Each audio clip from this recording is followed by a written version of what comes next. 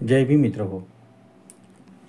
आता एक नवीनच बातमी ऐकायला येत आहे की भारत देशाचे सर्वोच्च न्यायाधीश माननीय भूषण गवई साहेब यांच्यावर मनु अधिवृत्तीच्या एका वकिलाने चप्पल फेकलेली आहे.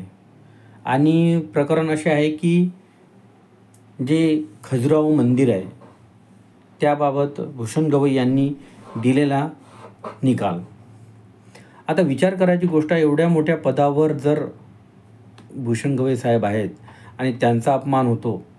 आपण वाचलेच आहे की बाबासाहेबांचा जन्मापासून तर आखरी पार्लमेंटमध्ये आखरीपर्यंत त्यांनी हिंदू कोड बिल असो की हिंदू धर्माला सुधारण्याचे किती आखरीचे प्रयत्न असो, प्रत्येक गोष्टीला सर्व नेत्यांनी, गांधीने असो, पंडित नेहरूने असो, अन्य कोणत्याही नेत्यांना जो सपोर्ट केलेला नाही आहे, विरोधच केलेला आहे. भारतामध्ये आजही जातीप्रथा आहे. आपल्यातले काही लोक म्हणतात की आता जातीप्रथा कुठे आहे. अरे तुम्ही जातीप्रथा काय आहे, तुम्ही जातीप्रथेपर्यंत पोचलेच नाही आहे. तुमच्या गावात कामं करता, बरोबर आहे, लोकांच्या गुलाम्या करता आणि घरी येऊन खाता आणि झोपता. तुम्हाला आतमधलं राजकारण, देशाचं राजकारण 2,500 वर्षा अगोदर भारतामध्ये बौद्ध धर्म होता. त्या बौद्ध धर्माला मिटवलं कशा पद्धतीनं गेलं, काय आहे तो द्वेषच होता बुद्ध धर्माचा. आणि तुम्हाला असं वाटत असेल की आज आपण बाबासाहेबांमुळे खुश आहो, बाबासाहेबांमुळे आपल्याला सर्वच काही भेटलेलं आहे. ठीक आहे, पण एक विचार करायची गोष्ट आहे की आपण जर ह्या अधिकाराचं, दिलेल्या आपल्याला ह्या स्वातंत्र्याचं आपण रक्षण केलं नाही तर आपण खरोखर गुलामीच्या आता जर बेड्या आपल्या पायात हातात पडल्या तर आपल्याला पुन्हा कोणी बाहेर काढणार नाही.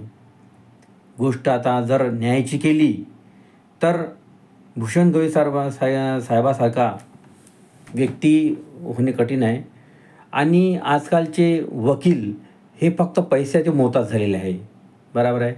यांना व्यवस्थितरित्या जजला न्याय कसा मागायचा हेच समजत नाही. यांना फोकलोड वकील झालेले आहे, यांना कसलाच अभ्यास नाही आहे आणि न्यायाधीशावर रोष काढतात हे, बरोबर आहे.